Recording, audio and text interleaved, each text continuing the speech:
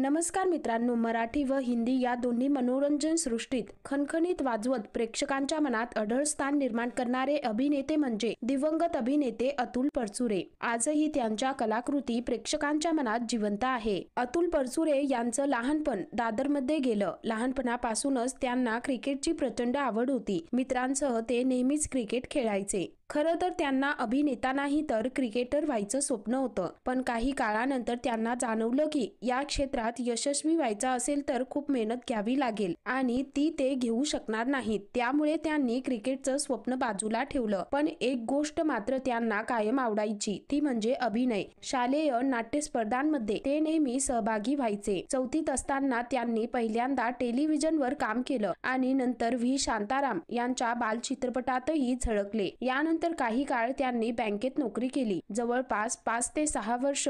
पण नियतीने त्यांच्यासाठी काहीतरी वेगळंच ठरवलं होतं। त्यांच्या आयुष्यात मोठं वळण आलं ते म्हणजे व्यक्ती आणि वल्ली नाटक। या नाटकात त्यांनी साकारलेली पु ल देशपांडे यांची भूमिका प्रेक्षकांच्या मनात आजही घर करून आहे। व्यक्ती आणि वल्लीसाठी होकार दिला आणि तेथून त्यांच्या अभिनय प्रवासाची खरी सुरुवात झाली। यानंतर त्यांनी सिनेमा, नाटक आणि मालिका या तिन्ही माध्यमातून उत्कृष्ट कामगिरी केली। विशेष म्हणजे त्यांनी शाहरुख खानची पहिली निर्मिती असलेला दिल है हिंदुस्तानी या हिंदी चित्रपटातही भूमिका साकारली होती। परंतु पुढे त्यांनी कर्करोगाशी कठीण झुंज दिली। पहिली सर्जरी यशस्वी झाली नाही, तरीही त्यांनी हिंमत सोडली नाही। पण नशिबाने डाव पलटला आणि 14 ऑक्टोबर 2024 रोजी त्यांनी या जगाचा निरोप घेतला। त्यांच्या निधनाला 1 वर्ष पूर्ण झालं आहे, पण अतुल परचुरे यांच्या आठवणी, त्यांचा अभिनय आणि त्यांचं स्मित हास्य आजही प्रेक्षकांच्या मनात तितकंच जिवंत आहे।